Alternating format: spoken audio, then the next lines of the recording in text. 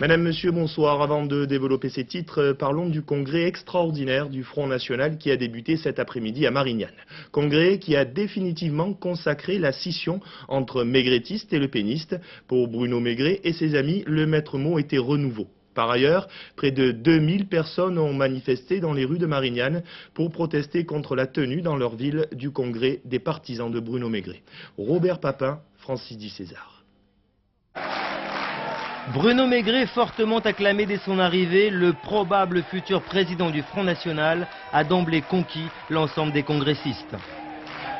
Des congressistes, il est vrai, mandatés par les fédérations départementales pro-Maigret, seule une soixantaine d'entre elles étaient représentées sur la centaine existante. En tout, 3000 délégués. Et dès l'ouverture des débats, l'ombre planait sur le grand absent, Jean-Marie Le Pen. Mais c'est bien la première fois, mes chers amis, qu'avec tristesse nous constatons que Jean-Marie Le Pen pratique la politique de la chaise vide. Il ne l'a jamais fait face à ses ennemis. Il fallait qu'il le fasse avec ses militants. Et l'absence du leader charismatique donne encore plus au congrès de Marignane l'image du renouveau du FN, image voulue par ses organisateurs. Mais reste le problème de la légitimité de ce 11e congrès.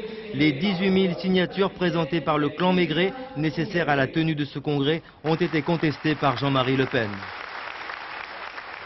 Si je suis aujourd'hui ici, c'est parce que je trouve que le congrès est légitime. Il a été demandé par bien plus qu'un cinquième des adhérents, puisqu'on est à près de la moitié des adhérents qui ont demandé ce congrès, donc il est tout à fait légitime. Mais comme deux précautions valent mieux qu'une, les congressistes ont prévu une parade. Ils ont créé un nouveau parti qu'ils ont déjà baptisé. Nous avons pensé, les quelques-uns qui se sont réunis pour organiser ce congrès, que le Front National, le mouvement national, c'était aussi quelque chose d'assez symbolique et qui permettait, au-delà des idées politiques, de rassembler une plus grande partie de Français encore. Quoi qu'il en soit, les 3000 délégués sont là pour élire un nouveau comité central du FN et surtout un futur président.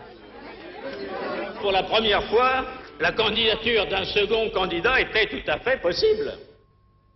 Il y en avait d'ailleurs un qui s'imposait, je crois, quand même, de lui-même. Il n'est pas venu.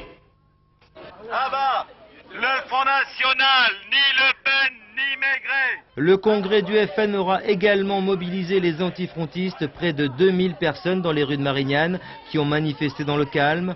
Pour eux, Le Pen ou Maigret, c'est du pareil au même. Délicate mission du conseil régional PACA.